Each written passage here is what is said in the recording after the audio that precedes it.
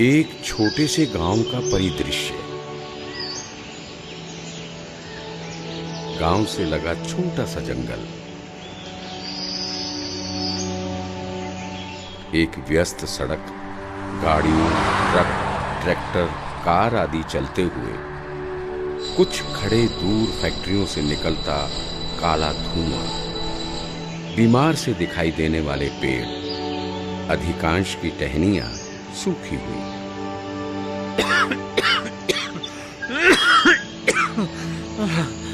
हाय, ये प्रदूषण, हे भगवान! अरे क्या हुआ मित्र? अरे सांस लेना भी दूभर हो रहा है। सही कहा, मेरी तो जड़ें भी कमजोर होती जा रही हैं। मानव आज प्रकृति का सबसे बड़ा विनाशक बनता जा रहा है। हाँ मित्र, मानव के बढ़ते लालच और महत्वाकांक्षा के कारण दिन प्रतिदिन प्रदूषण बढ़ता ही जा रहा है, जिससे सबका विनाश होना तय है।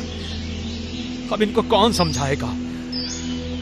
अब तो पृथ्वी का अंत निकट लग रहा है। तुम सही कह रहे हो। प्रदूषण और दुराचार मानव में बढ़ता ही जा रहा है, परंतु अभी पृथ्वी का अंत निकट नहीं है। क्या जाएगा? रहने दो। आज के कलयुग में ऐसा बिल्कुल भी संभव नहीं है। पहले भी कई संत महात्मा यहाँ धर्म यज्ञ करके चले गए, लेकिन हमें उनसे उल्टा नुकसान ही हुआ। सैकड़ों पेड़ों को हवन में अपनी बलि देनी पड़ी।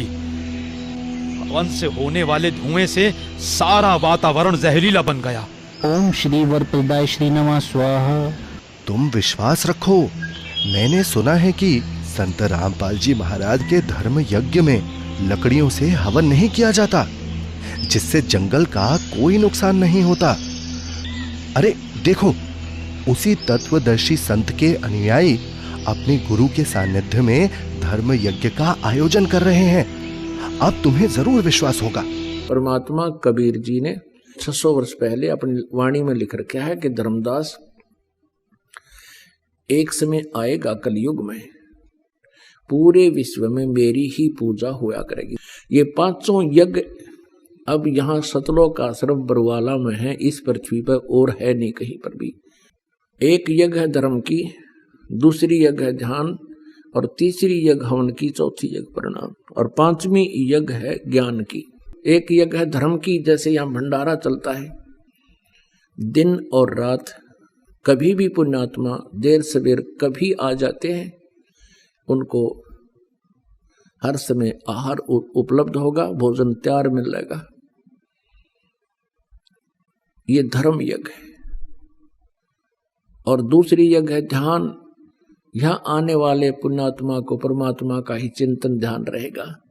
सत्संग सुनेगा तो भगवान का चर्चा, बैठ कर बतलावेंगे आपस में भगत जन, अपनी अपनी उपलब्धि और ज्ञान सुनाएंगे तो भी चिंतन भगवान का, ध्यान भगवान का, मेडिटेशन भगवान का। हमने ध्यान को मेडिटेशन मान लिया। मेडिटेशन मीन्स हठ योग। ध्यान का अर्थ होता है भगवान की भूल ना पड़े। हमारा वो मेडिटेशन है, वो ध्यान है। तीसरी यज्ञ है हवन की। अब यहाँ पर ये ज्योति जल रही है परमात्मा की। अब जैसे वेदों में ऐसा नहीं है कि बठवाड़ा लकड़ गिर जो उसमें सुबह सुबह करें चम्मच ठोक ठोक के। हवन का अर्थ है घी प्रज्वलित कर देना, देसी घी, गाय भैंस का।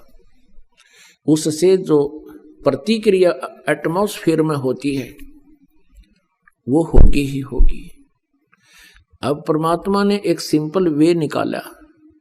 एक रुई, एक 100 ग्राम रुई, गणित 200 ग्राम रुई से आप चाहे 2 क्विंटल घी सवा कर लो, और यदि लकड़ियों में डालोगे तो उसमें मनमाने 20 किलो लकड़ियों में काम बने। तो 20 किलो लकड़ी जड़ेंगी, उनसे कार्बन डाइऑक्साइड अधिक हुआ।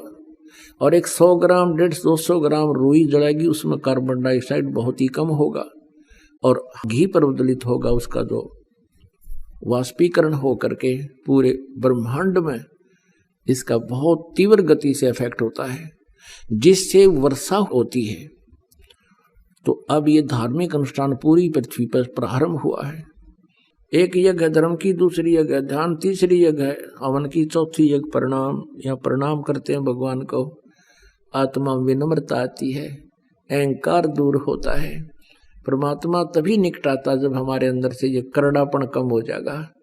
हमारे अंदर ये जो अहंकार है बेमतलब का, बगैर ज्ञान के अहंकार किया करते थे, अधरंग मार जाता अफलातून को, बांगा मुंह हो जा, आँख टेढ़ी हो जा, मुंह का पानी निकले, माखी निकले और बड़े हाथ भी ना उठे, क्या का अभिमान इस मिट्टी का।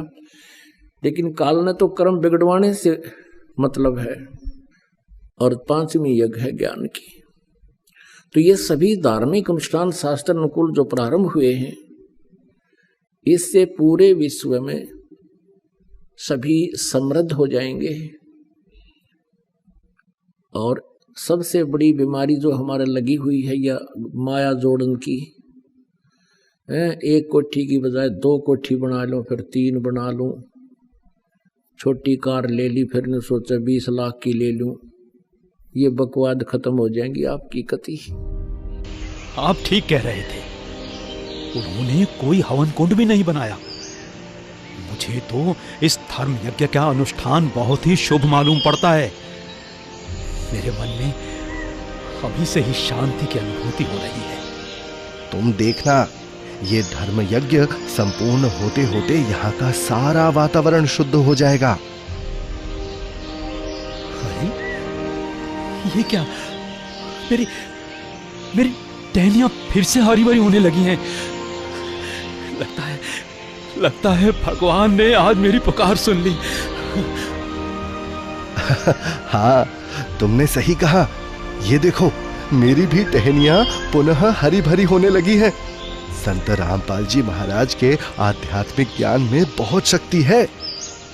मुझे एक बात समझ नहीं आ रही है, यहाँ पहले भी कई संत महात्मा धर्म यज्ञ करके चले गए, लेकिन हमें राहत नहीं मिली।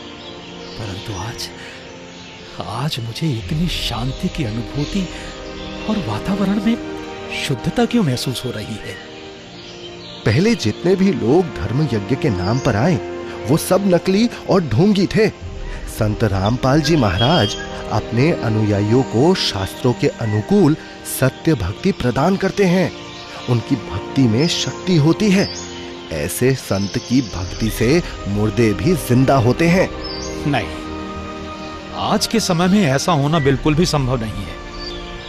ऐसी बातें अंधविश्वास और पाखंड को बढ़ावा देती हैं। दोस्त, तुम तो बहुत स्वार्थी हो।